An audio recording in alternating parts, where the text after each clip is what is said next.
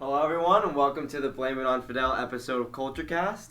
Today, Ian, Matthew, Rachel, Erica, and Victoria, and I, Robert, are going to be talking about Blame It on Fidel, a 2006 historical drama centered around a sweet 9-year-old girl whose world becomes turned upside down when her parents become radicalized on the left.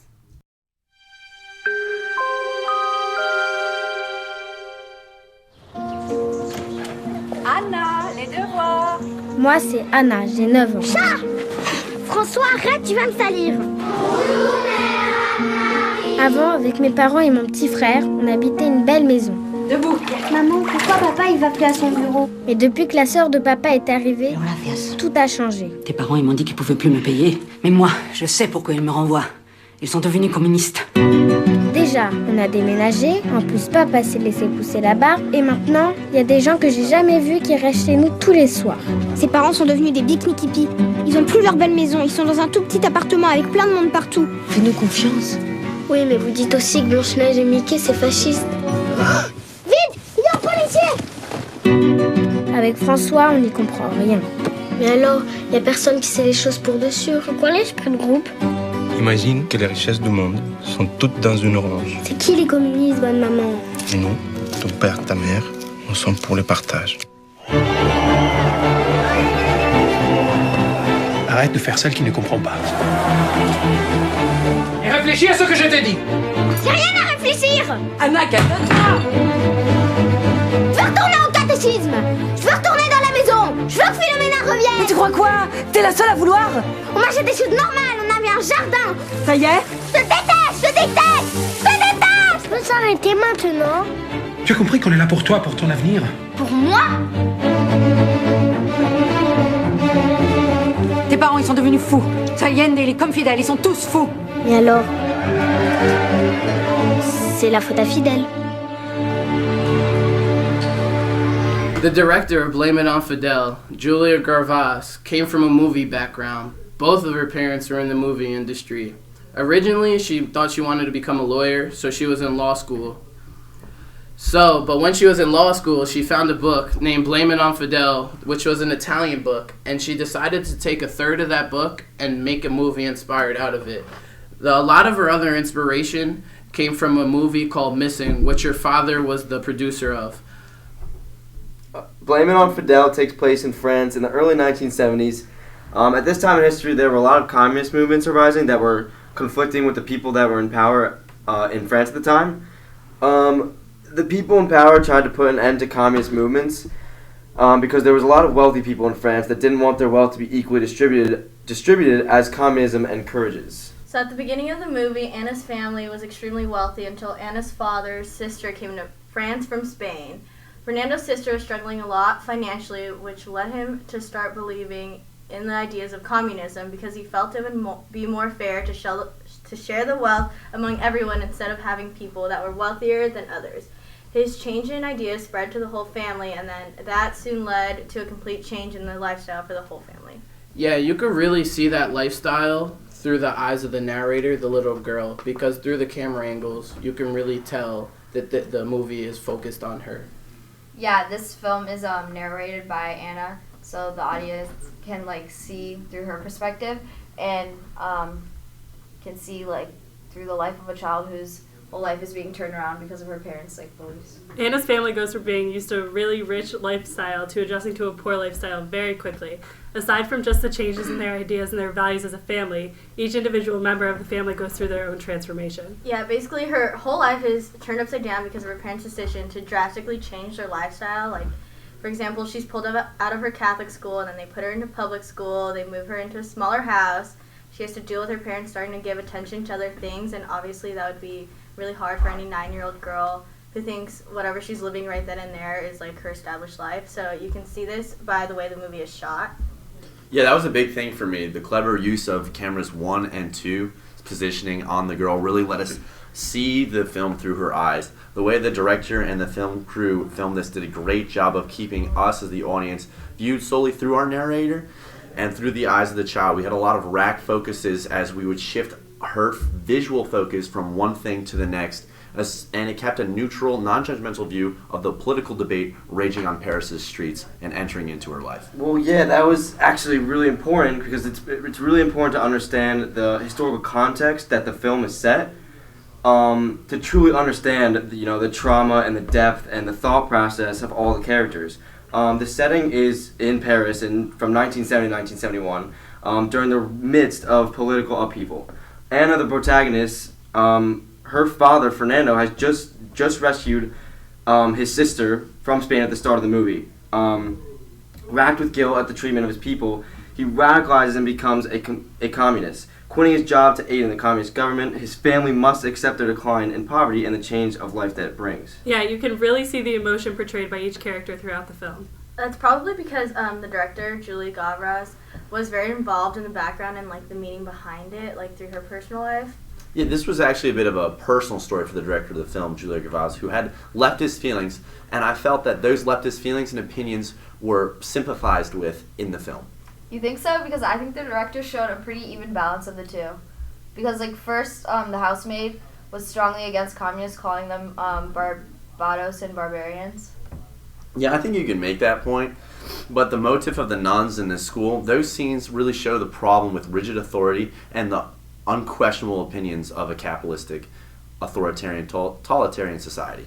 Well, yeah, can we see the character development for those that are leftist leaning? I mean, the communist revolutionaries developed from immature, argumentative to open-minded thinkers who were willing to explain to Anna their economic thoughts. Yeah, I totally agree, Rob. And in the scene with the oranges, I feel like this is really demonstrating. You can see it.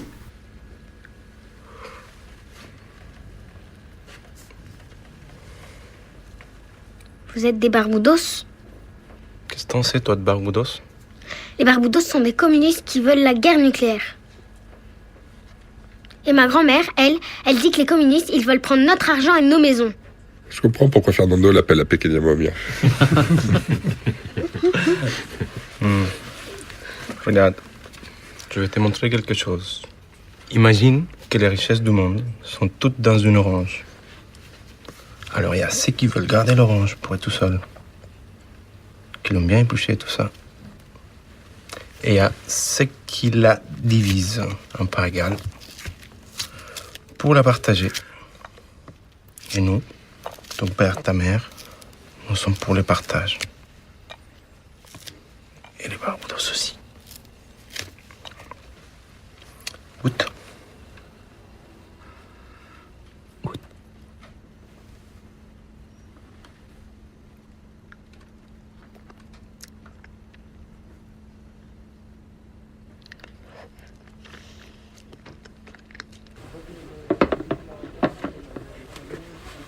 Tu vois, le jeu, c'est comme ça. Tu m'achètes une assiette à 5 francs. Mais ça me sert à quoi? Après, tu peux la revendre à 10 francs. Mais c'est pas si bien de faire des plus-values et de vendre des choses si chères. Après, il y a des gens qui ne peuvent plus rien acheter. Au moins, ça t'arrange. Comme ça, après, t'auras de l'argent. Bon, tu peux m'acheter quelque chose, s'il te plaît? Ouais, ça pourrait pas être gratuit? Pourquoi on pourrait faire du troc, par exemple? Plutôt que toujours acheter. Regarde. Je te prends ça, et en échange, je te rends un service. Je sais pas, je pourrais t'aider à faire tes devoirs, par exemple. Eh oh, on joue à la marchande, là. Puis j'ai déjà fait mes devoirs. Maman! Qu'est-ce que tu fais là? C'est très tard. On a bien essayé de l'expliquer le système de répartition équitable des richesses, mais rien à faire. Allez au lit. Puis je crois qu'elle était venue pour vous parler.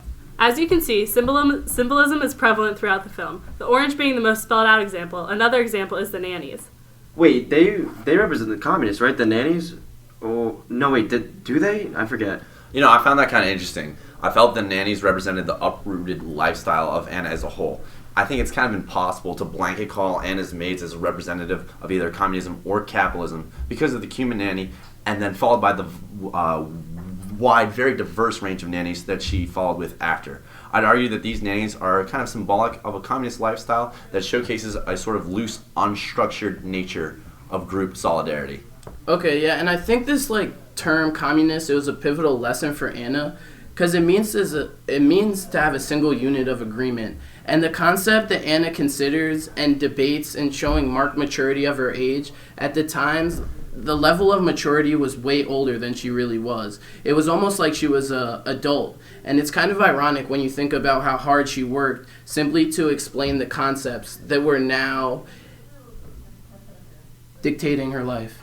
Yeah, that definitely makes sense because if you think about it, I mean, think about all the different influences she had on her life just as a young child. I mean, it was probably really hard to deal with, and being as mature as she was, I mean, she pretty much handled that pretty well. Yeah, didn't she even started to save money in different ways? She tried to turn the lights off. Yeah, definitely, and even the whole thing about Catholic school, staying in Catholic school, and not really adamant about staying in Catholic school is really important. Really says a lot about her character. I mean, you could even see this when she was taken out of her religion class. She completely flips out. That was on her parents too. Yeah. And the parents were supposed to be the mature symbols of family, you know, they're supposed to be the ones making the decisions, and it almost seemed like she was more rational than they were. Yeah.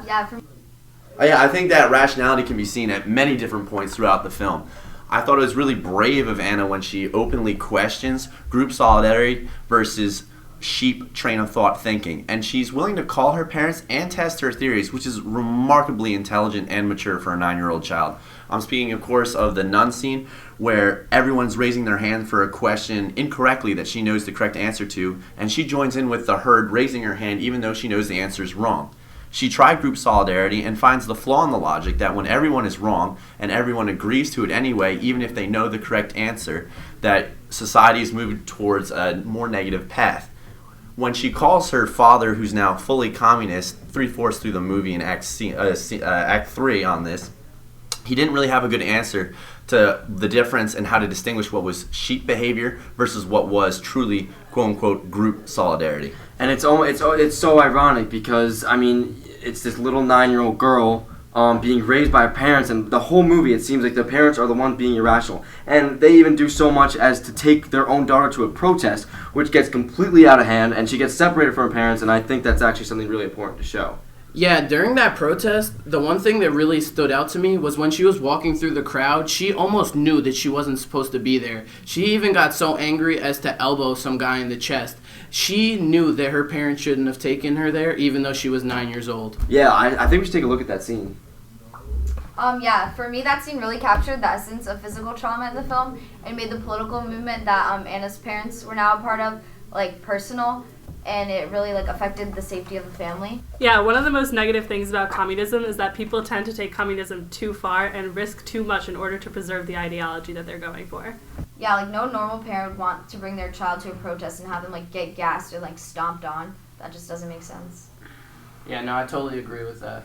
I think maybe in a way that's the way that they show that Anna represents the people of France and the community of France and how they had to transition to communism. And it could also show how far people are willing to go to portray their ideals of communism. I mean, it's not just seen by Anna's parents; that's seen from communism across the world. Yeah, they get so caught up in it that they don't even realize it's harming their own child.